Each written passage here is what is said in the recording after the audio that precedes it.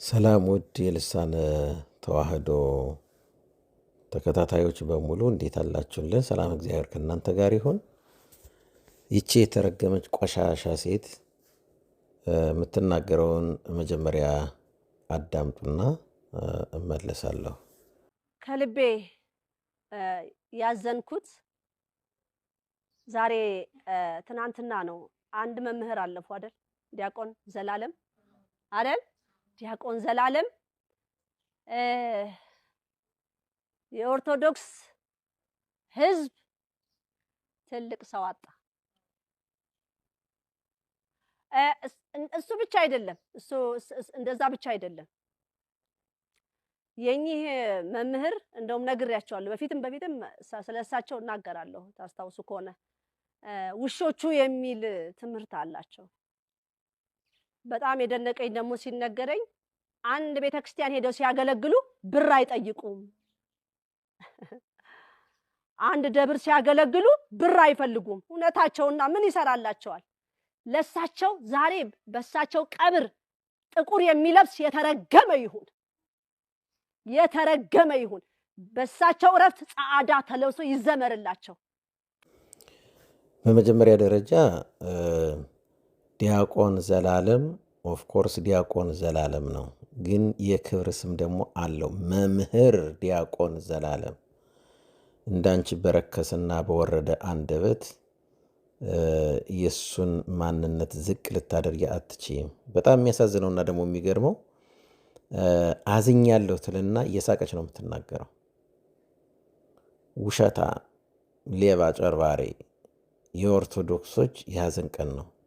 ተመልከቱ ውሸታምነቷን፣ አጭበርባሪነቷን፣ አታላይነቷን፣ ቀማኛነቷን እንዴት ተረት ፈጥራ እንደምታወራ ተመልከቱ።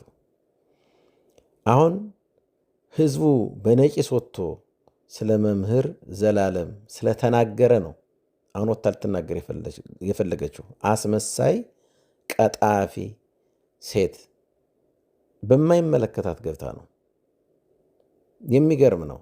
ምንም በማታውቀው ነገር ባልተረዳችው ነገር እንደዚህ ሲባል ሰምቻለሁ፣ ገንዘብ እንደማይቀበል ሰምቻለሁ፣ እንደዚህ እውነታቸውን ነው አለች። ደግሞ እንኳን አልተ ገንዘብ ምን ሊሰራላቸው? አንቺ ገንዘብ ምን ሊሰራልሽ ነው 9 ድርጅት የከፈትሽው?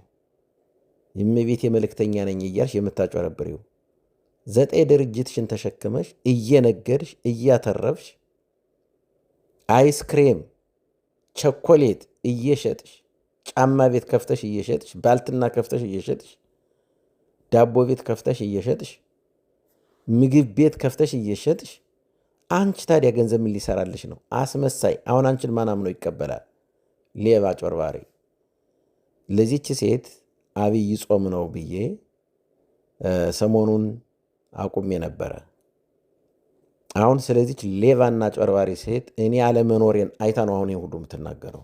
እኔ እመጣላታለሁ። አሁን ማንነቷን ገለባብጬ አወጣዋለሁ። ተመልከቱ። ውሸቷን ደግሞ በደንብ ልንገራችሁ። ነጭ ያለበሰ ሰው የተረገመ ይሁን አለች። ነጭ ያለበሰ ሰው የተረገመ ይሁን። አንቺ ነሽ እንደምታዘዥው። ለምን መሰላችሁ? የሽኝት ፕሮግራም ኮሚቴዎች መግለጫ ሰጥተዋል። ነጭ ተለብሶ ሽኝት እንደሚደረግለት፣ ስርዓተ ቀብሩ እንደሚከናወን መግለጫ ሰምታለች። መግለጫውም ይሄ ነው፣ አዳምጡት። ከመስቀል አደባባይ 9 ሰዓት ላይ ቀብሩ ስላሴ ነው የሚሆነው። ሁላችሁም ቅድም በተነገረው መሰረት ነጩን ለብሳችሁ እንድትገኙ፣ ካህናቱ ምዕመናኑ ሁሉም በነጭ ልብስ እንዲሸኝ ስለተወሰነ ነጭ ለብሰን ነው የምንገኘው። እንግዲህ ይሄንን የሰማችሁን ይዛ ነው ነጭ ልብስ ለብሶ ያልቀበረ የተረገመ ይሁን ሲወራ የሰማችሁን ኮፒ ፔስት ኮፒ አድርጋ ከሌላ የሰማችውን ልክ እሷ ትእዛዝ እንደሰጠች አድርጋ ስታወራ አይገርማችሁም? ይቺ ውሸታ ቀጣፊ ሴት በቅርቡ ስለሷ እመለሳለሁ። ጠብቁኝ። ሰላም ሆኖልኝ